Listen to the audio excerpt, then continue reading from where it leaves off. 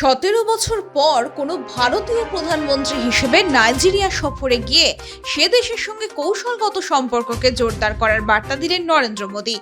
নাইজেরিয়ার প্রেসিডেন্ট বোলা আহমেদ তিনুবুর সঙ্গে প্রতিরক্ষা, বাণিজ্য এবং জ্বালানি সহযোগিতা বৃদ্ধি নিয়ে কথা হয়েছে তার।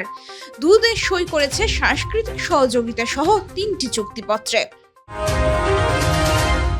না ফেরার দেশে উমা দাশগুপ্ত, পথের পাঁচালীর দুর্গার জীবনাবসান। দীর্ঘদিন ধরে ক্যান্সারের সাথে লড়াইয়ের পর সোমবার সকালে তার জীবনাবসান ঘটে। জানা গিয়েছে এদিন সকালে একটি বেসরকারি হাসপাতালে তার মৃত্যু হয়। শোকের ছায়া টলিপাড়ায়। বাঙালি তাকে দুর্গা হিসেবেই মনে রাখবে চিরকাল। দিল্লির বায়ু দূষণের পাল্লা দিনভর বেড়েই চলেছে।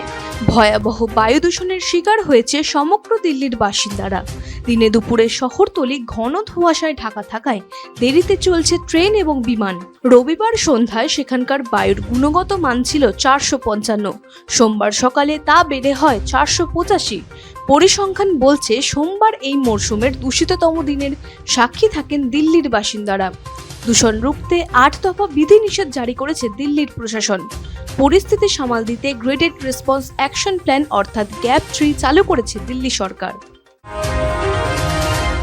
দিন যত বাড়ছে আরও শক্তিশালী হচ্ছে ভারতীয় সেনা। কপালে একাধিক চিন্তার ভাঁজ চীন পাকিস্তানের। নিত্য নতুন মিসাইলের ভান্ডার ধীরে ধীরে বেড়েই চলেছে। সম্প্রতি মাল্টিপ্যানেল রকেট লঞ্চকে ঘিরে রীতিমতো শোরগোল পড়েছে সেনা মহলে। মাত্র 45 সেকেন্ডের মধ্যে 12টি রকেট ছুটতে পারে। একাধিক টার্গেটের মধ্যেও এই সিস্টেম কতটা কার্যকরী হবে তা খতিয়ে দেখছে সেনাবাহিনী।